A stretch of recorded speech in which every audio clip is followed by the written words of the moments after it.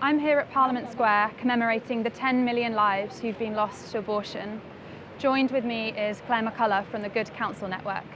Clare, could you just share a little bit about your work with the Good Counsel? So I've been working with Good Counsel for 25 years now. We offer help and support to women who are in difficult circumstances in pregnancy, all kinds of help, financial help, accommodation, ongoing friendship, moral support, counselling, relationship counselling, whatever. Really try and find practical solutions to the really difficult problems that women face. Fantastic, thank you. And could you share a little bit about the recent bill that's passed through the House of Commons and how that might impact the work that you're doing? So, as people may know already, there are some buffer zones outside the abortion centres. In London, we have a couple already, and there are others in the country, which limit how closely we can go to an abortion centre to offer help, and in some cases keep us completely away from it.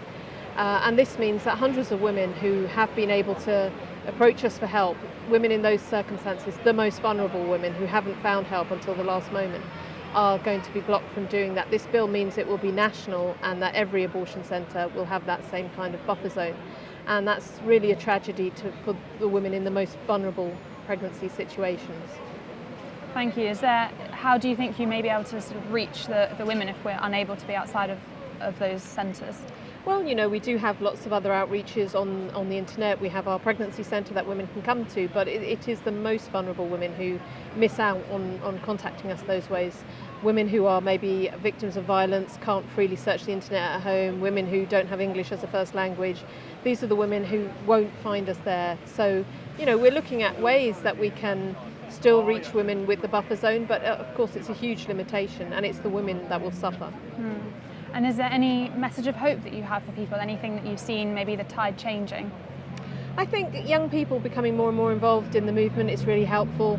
We need to have a real movement of prayer and fasting, I think, if we want to overcome this issue. I don't think that we can beat buffer zones, just by clever ideas. We can do what we can do in that area, but we really need a lot of prayer and fasting if we want to overcome this particular demon, I think. Thank you for joining me, Clare, and thank you for all the work that you do with the Good Counsel Network. I'm here at Parliament Square commemorating the 10 million lives who've been lost to abortion.